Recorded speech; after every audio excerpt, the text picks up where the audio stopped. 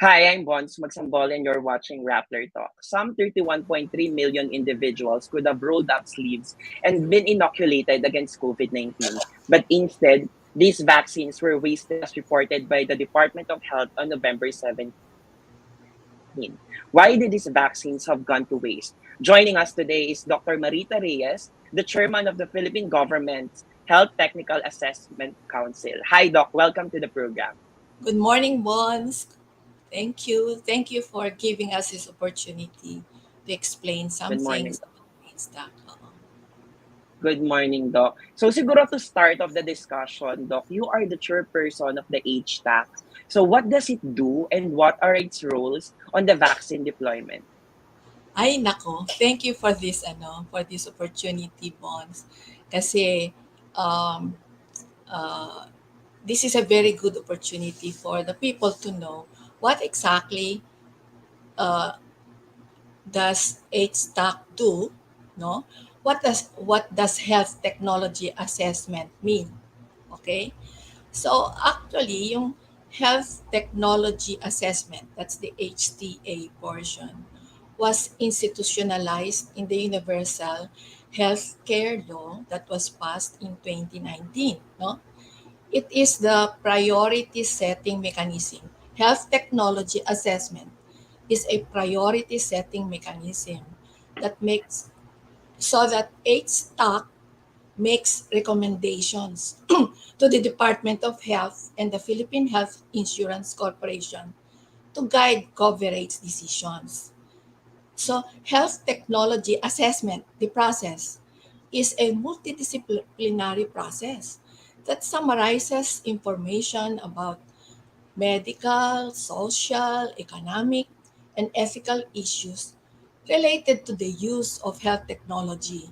It's a very systematic, transparent, unbiased, robust manner,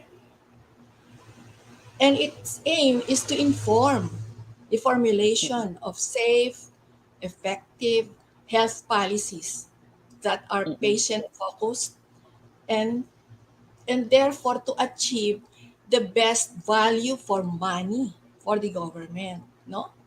So dito sa COVID time, the role of HTAC was in the identification of the appropriate vaccines for procurement of the DOH for implementation in its public health program. So walang pakialam ang HTAC sa private procurement. Ang pakialam ng HTAC is in the procurement of government. In fact, pati nga sa LGU at this point, hindi pa maliwanag kung may pakialam ang HTAC. Ang very clear responsibility and role of HTAC is in the procurement of DOH, of the Department of Health. Yun. Okay, Doc. So, yun From the ang... act- Mm-mm. from the name itself, 'di ba, parang assessment council. So basically, you assess kung ano Oo, yung mga vaccines of course na ipo-procure ng Department of Health. So, oo, yan oo. nabanggit nyo kanina yung you mentioned about itong mga roles nyo. Pero can you give us, para lang din malinaw sa ating mga viewers Oo. na naka-tune in ngayon, can you give us the steps and the processes before the vaccines go to people's arms? Okay, wow! Okay, first of all, yung pharmaceutical company, yung gumagawa ng vaccine, must apply for an emergency use authorization sa FDA, no? Una muna FDA, and FDA, based on this application, harnesses naman the expertise of its may mga experts na nag-a-advise sa FDA, no, regarding the safety, efficacy, and quality of the vaccine. So kung nag-apply ng emergency use authorization, so why emergency use authorization? Because at the time during the first year of COVID, yung ating mga vaccines hindi pa nakakatapos ng the whole gamut of clinical trials. Para makatapos ng clinical trials, it has to go through phase 1, phase 2, phase 3, phase 4. At that time, phase 3 pa lang, hindi pa nakakatapos ng phase 4. So, interim analysis pa lang of phase 3. Kaya kailangan, hindi pa pwedeng marketing authorization. Kailangan emergency use authorization. So, because of interim analysis. All right. So, once FDA issues an emergency use authorization, then HTAC comes in, no?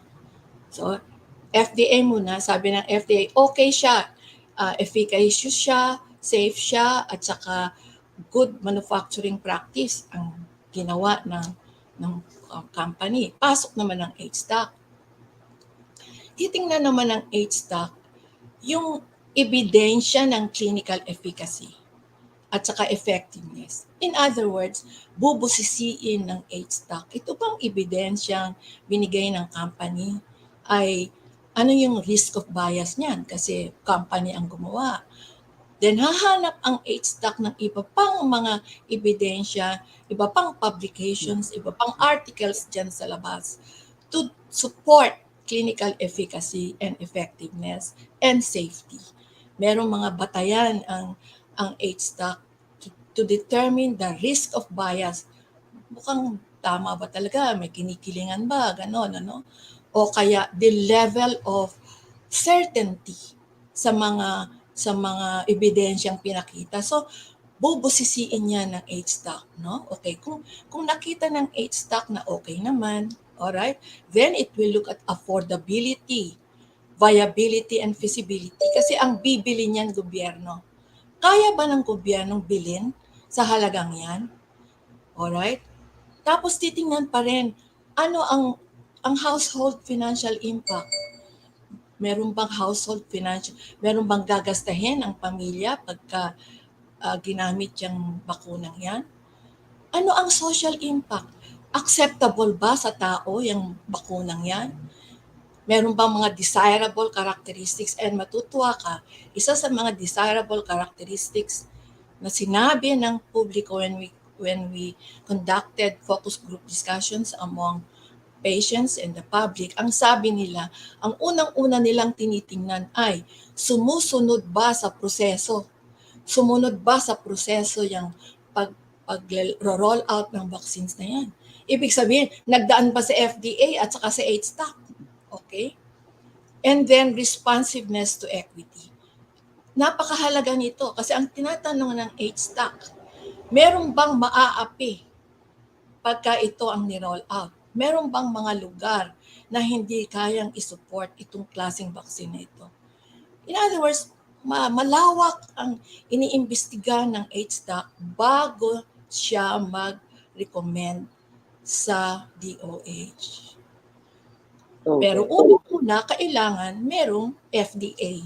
Alright, so pagka inokay na nag-recommend ng nagbigay ng positive recommendation ng HTAC to the Department of Health, pwede itong i-disapprove ng DOH, ng DOH Secretary.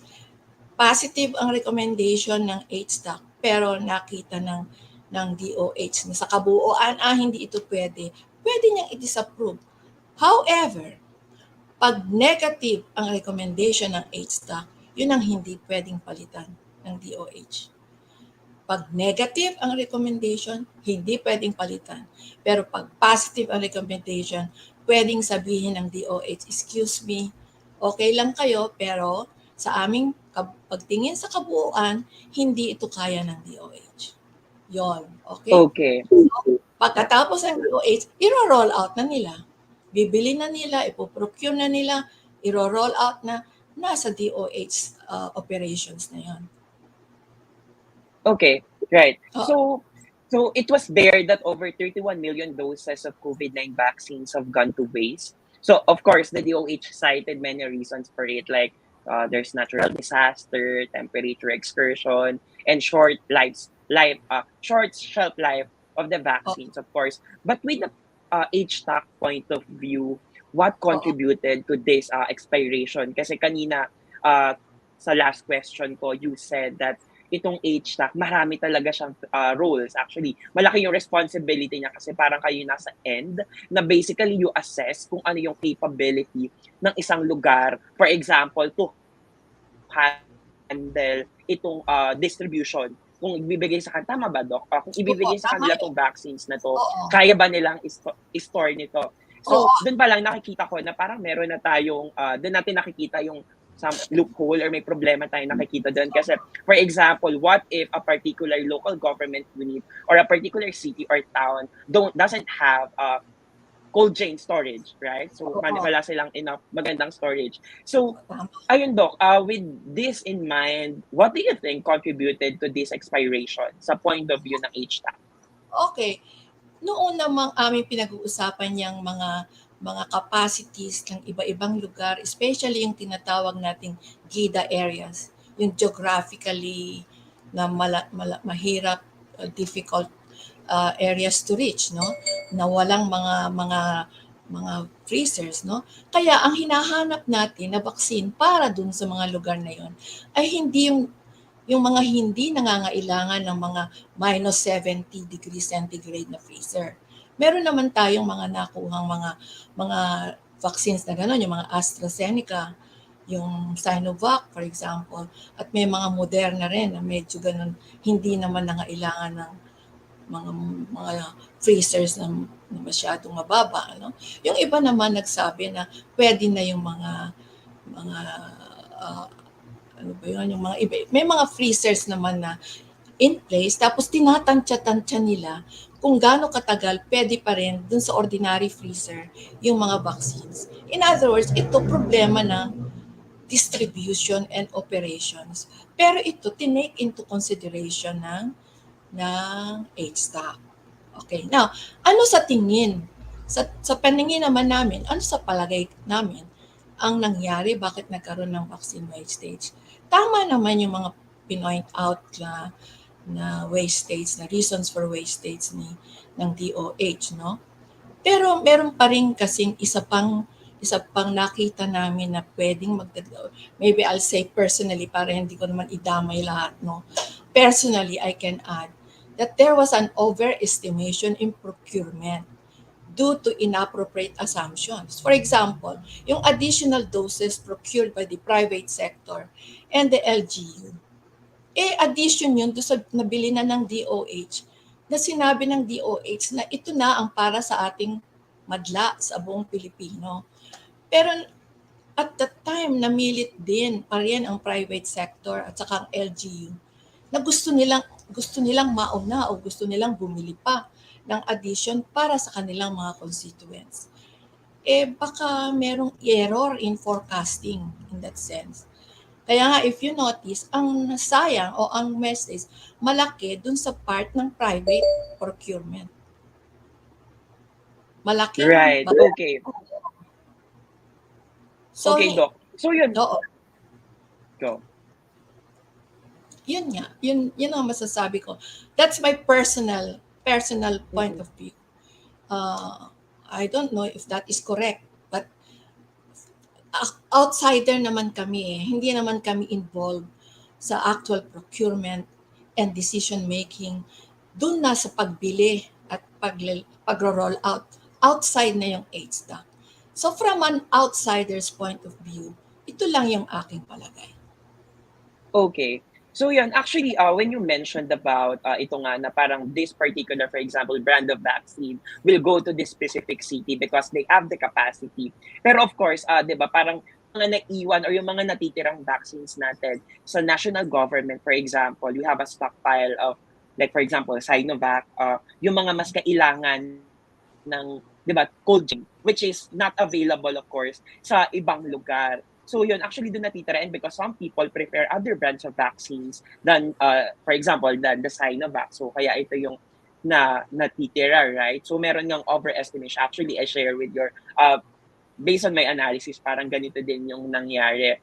So HTAC was criticized, of course, and has been blamed over the expiration of this billions worth of COVID-19 vaccine. So they said that HTAC was too slow. How would you react to this, and how would you defend your agency with this? Okay, kung mapapansin natin, uh, parang ano lang, yung when HTAC is blamed, medyo ako nadi-disappoint. Meron akong level of disappointment. O kami, may level kami of disappointment. Pero meron ding kalungkutan, sadness. Kasi obviously, merong, merong public, if you call it, merong misconception or a certain level of ignorance on exactly the role of HTAC is. Kasi for example, let's analyze this. Dahan-dahan, let's analyze this.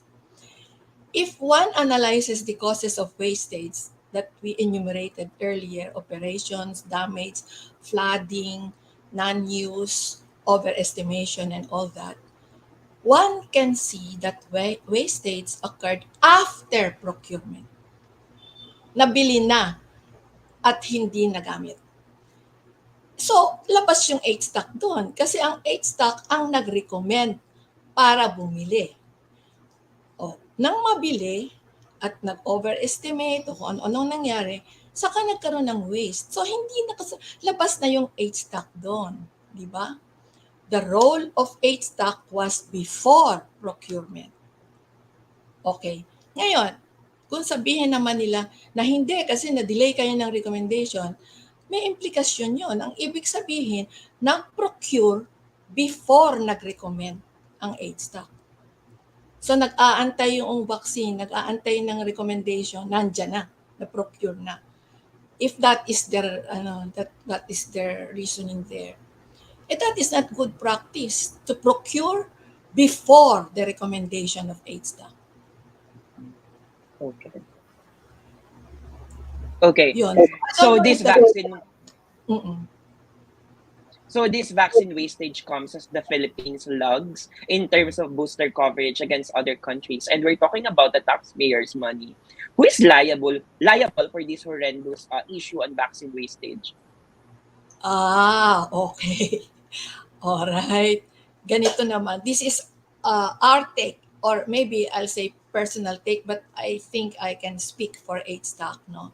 As you can see from the above possible reasons for vaccine wastage, it is a multifactorial. It is multifactorial. Maraming causes, no? And it will be very difficult to pinpoint a single entity who is liable and accountable, especially in the light of the urgency and the unexpectedness of the unfolding public health emergency. You know, may urgency and unexpected.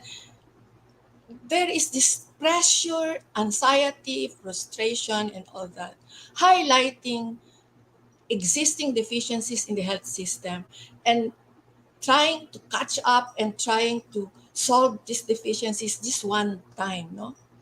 And I would also like to add that it is not productive nor beneficial to play a blame game. A blame game raises everybody's defenses and tends to cloud the actual scenarios. Imagine kung such a practice, magbe-blame, nakahanda ka ng mag-blame. Such a practice will promote frozen decision-making in emergencies. Walang gagalaw pag may emergencies kasi nakakatakot. This is an emergency, there is an urgency, but you will have to look at the possible blaming and you wouldn't like to put yourself to be at the center of that blame game. Kaya a blame game in the light of emergency and urgency, and as I said, the unexpectedness of the unfolding public health emergency is not a protective practice. Okay, so what do we know? What do we need to do to so nagkaroon ng wastage? What do we need to do? Hindi dapat blame game. It should be a sober, no? Calm, analytical, look at what really happened. And I think that the Department of Health did something like that.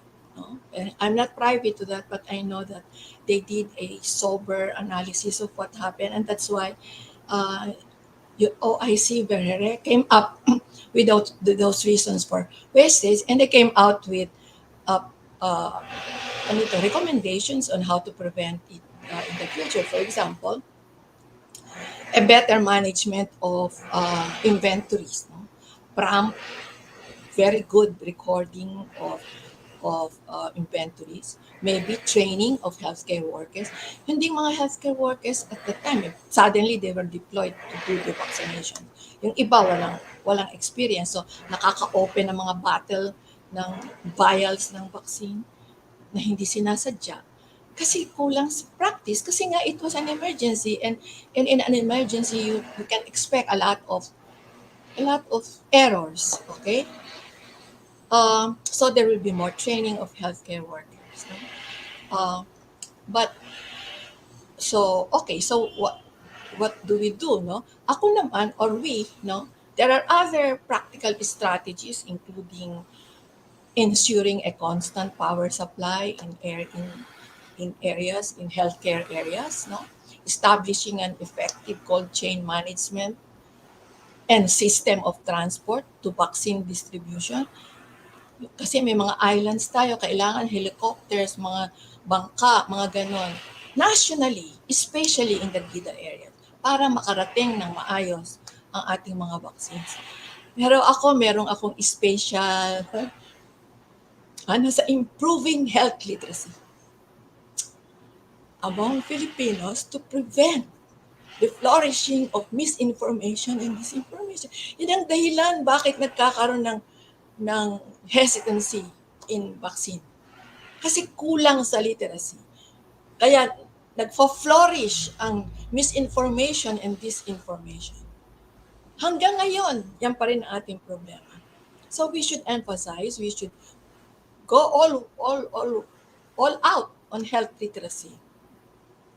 But there's another thing, and I think ito rin is a personal opinion, is a building of trust and confidence among the participants in a multisectoral collaboration.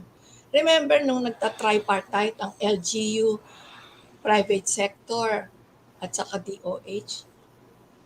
Parang naiinis-inis ang private at saka ang LGU na bakit pa kailangan magdumaan sa DOH. Meron naman silang pera, meron naman silang autonomy, bakit kailangan pang makipag-tripartite? That was the perception that I had.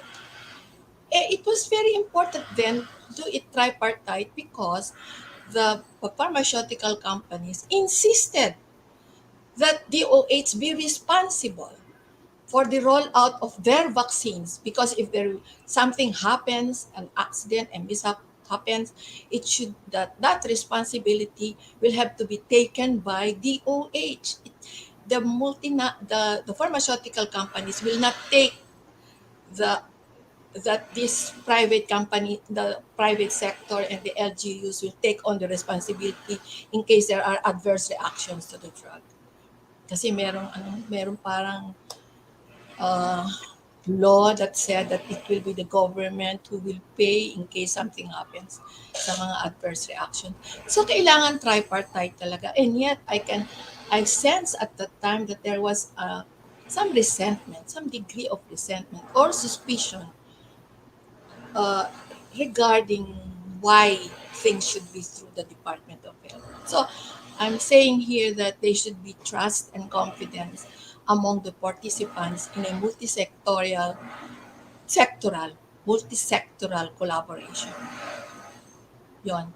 And right now, if you're talking about preventing wastage, sasabihin na naman ninyo, tatanungin na naman, pwede bang yung mga natitirang mga vaccine gamitin na sa pangkalahatang public for their second boosters? Kasi ang HTAC has not yet issued a positive recommendation for a second booster for the general public, no, meaning the up to 49 years old. Meron na tayong mga pinasa na second booster for above 50, those with comorbidities, those with immunocompromised at saka yung mga healthcare workers and the elderly. Pero wala pa tayo sa general public. Bakit? Kasi po, wala pang EUA. Wala pang emergency use authorization na nanggagaling sa FDA para gamitin ang mga natitirang vaccine as a second booster for the general public. So that's number one. Remember, FDA muna bago HTA, HTAC. So FDA, wala pa.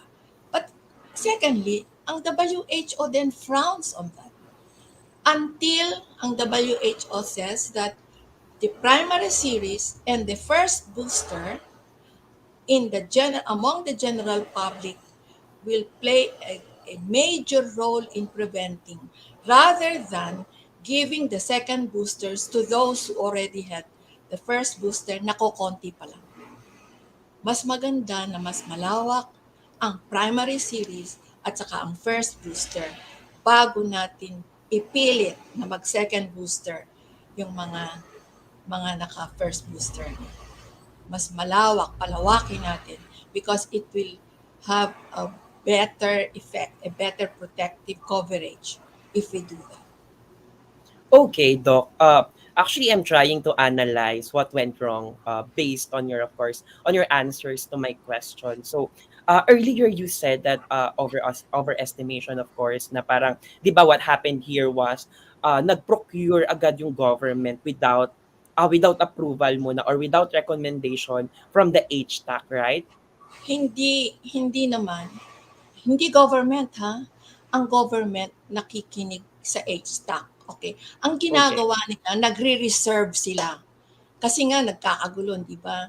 Ang Mm-mm. daming nag-aagawan sa mga vaccine, kailangan mag-reserve ka na. Nag-reserve ang ating ang ating I think ang ating IATF nag-reserve pero inantay ang HTAC. Ang sinasabi ko lang na baka kasi yung bakit nila sinisisi ang HTAC na nagkaroon ng wastage kasi hindi na-delay ang recommendation. Eh kung sinusunod natin yung yung yung sequence of procedures bago mag-procure, kailangan may HTAC muna. Eh kung nag-procure ka bago ka nag-HTAC, then magkakaroon ng wastage kasi nga na-delay kunyari lang. Pero sa totoo lang, hindi naman na-delay ang recommendation ng HTAC. Ang average issuance ng recommendation ng HTAC base dun sa EUA na inisyu ng FDA is 2 weeks. 2 weeks. Average yun. Meron pa nga kinabukasan na naka-issue na rin ng HTAC. After EUA, kinabukasan, nag-issue ng HTAC. Bakit nagagawa yun? Kasi nagpa-parallel review ang HTAC at saka FDA. Sinusundan ng HTAC ang FDA. Pagka may nag-apply ng EUA sa FDA, titingnan na kaagad ng HTAC para magkasabayan ang approval, no? Kaya walang delay ang recommendation ng HTAC. Ang iniisip ko lang, bakit nila iniisip na may delay? Yon. So, ang aking hypothesis ay nag-procure sila before the HTAC recommendation. Kaya nag-aantay sila na hindi pa nagre-recommend ng HTAC. Pero wala nang HTAC doon. And I don't know if that happened. I'm Okay. just imagining it. So we're talking about like outside procurement, right, ng Philippine Oo, government, like procurement, of course, of the business groups, right? that's right. We're The talking private about it. sector. Oo. Okay. Okay. Going into the next to my next question, do you think it's the bureaucratic process can be one of the reasons why our vaccination pace is so slow then, and or kung bakit tayo nagkakaroon nitong mga vaccine wastage? Pag tiningnan mo yung reasons for wastage, wala namang bureaucracy na mention doon. Except nga ngayon lang, sinasabi na biniblame ang HTAC. Parang bureaucracy yun, di ba? Parang implying the bureaucracy of having an HTAC there to have a recommendation before. That's very important. Without the HTAC, how would you know whether this vaccine this vaccine is acceptable, is ethical, is responsive to the burden of the illness, is economically viable, is affordable, mga ganyan. How would you know that? Di lalo lang magkakaroon ng wastage if you remove that process, no? And as I said, hindi naman nga nadidelay ang recommendation ng HTAC. And the average time is 2 weeks. Okay. Doc, Oh, siguro yung next question ko is like for example, if we can streamline the process even further, oh yes, pwede we pa ba can. siya? We Pwede, can do pwede, pwede. Ang isa naming is even early on, ang what we ask was, sana yung mga pharmaceutical companies na nag-a-apply ng EUA sa FDA, isabay na rin na isubmit sa amin yung mga dossiers nila. In other words, sabay magsasubmit ang pharmaceutical company sa FDA at saka sa HTAC para madali namin, sabay kaming nag-a-assess, no? Hindi nangyayari yun eh.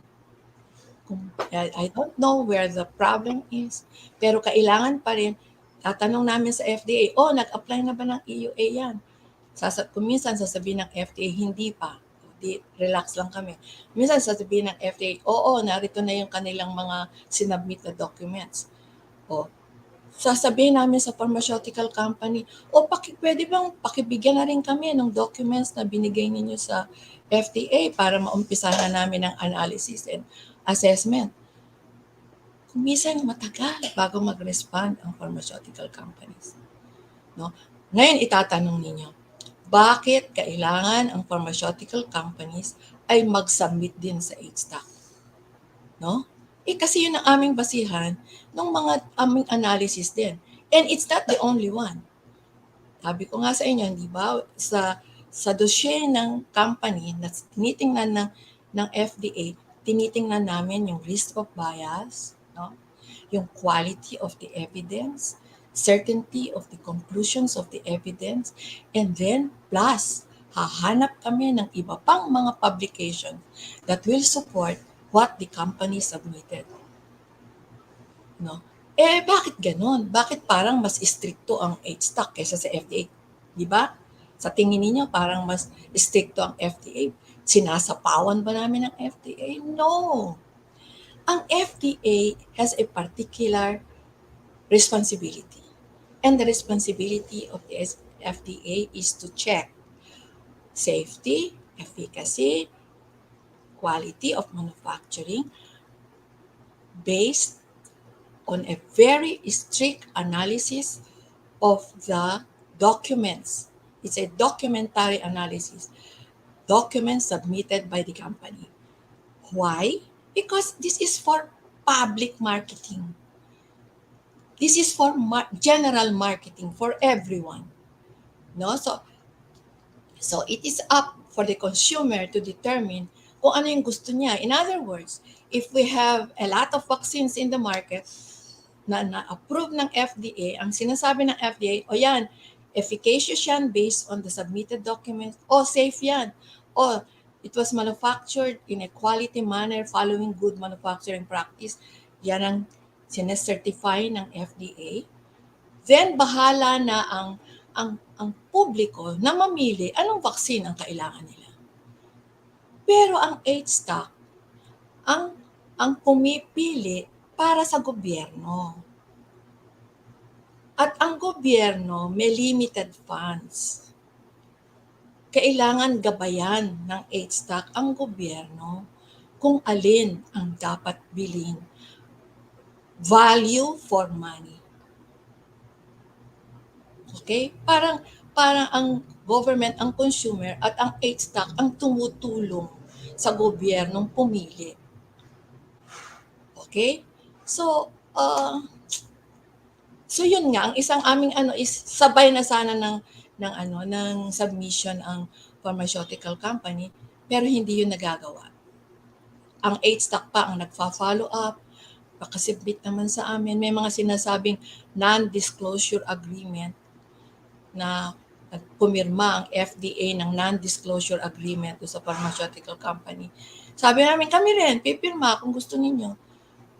Kung minsan, hindi raw kami pwede ang pumirma, kailangan ng DOH o DOH ang pipirma. So, hindi naman ang bureaucracy was not created by our side. No?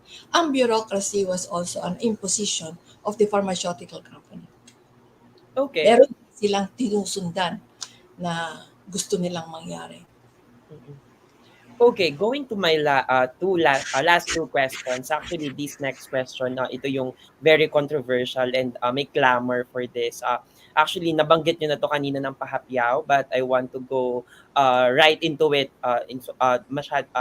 Business groups have been lobbying for the Philippine government to open second booster for the general population. Will this resolve the issue, and is it scientifically sound? Okay, ang sagot ko dyan, ang sagot ng HTAC, not yet. Not yet. It is not yet okay to use existing vaccines nearing expiration kasi yun ang reason nila eh. Oh, mag-expire na naman ito, bakit hindi natin gamitin as second booster for the general population? And ang sagot ng HTAC is not yet. Why not? No? First of all, walang EUA ang for second booster for the general population na ini-issue ang FDA. Anong ibig sabihin nun?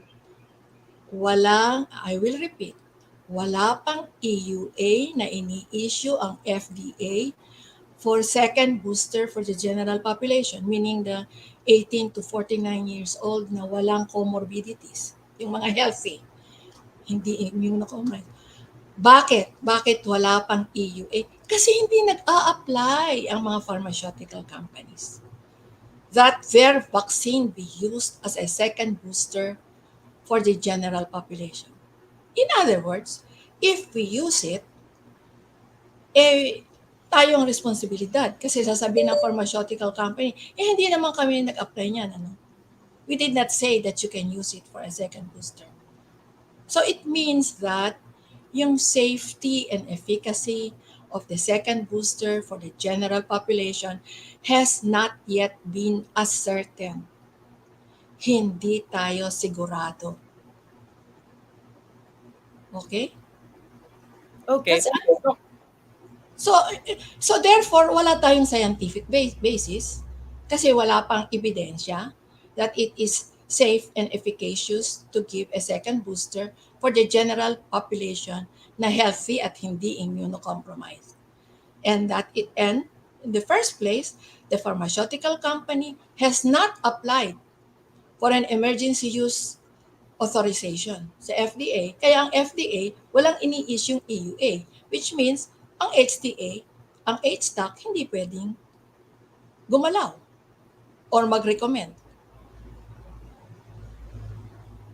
Okay, Doc, to wrap up our discussion, so yun nga, kanina kayo na rin yung nagsabi na parang it's not the time to blame an agency and a unit of the Philippine government regarding this vaccine wastage. So what do we do now moving forward? Ang sabi ko nga kailangan is a sober analysis of what happened na walang blaming. It was everybody's responsibility. Everybody wanted to do their job well, but under the emergency situation, errors may have been committed, but I do not think that somebody should be liable for those. Okay. All right. Are you also asking for my last words na? Yes, just to Okay. wrap up. To wrap up, therefore, I would like to emphasize that health technology assessment, that is the process, no? Is a systematic process that ensures effective, efficient, economically viable, ethical, and socially acceptable use of drugs, vaccines, devices, diagnostics, and other health technologies by the government. By the government right now because of HTAC, but I also would like to suggest, advocate that all other healthcare service facilities including LGUs and private, should also know more about it, practice it, and support it. That's my last words. Dapat maintindihan natin what health technology assessment is. I-practice natin and support it. Lahat. Lahat tayo. Thank you so much, Doc Marita Reyes, for joining us. So if you just tune in, we've been talking to Dr. Marita Reyes of the Health Technology Assessment Council. Again, I'm Bons Magsambol. Thanks for tuning in. Thank you. Thank you, Bonds. Thank you for having us.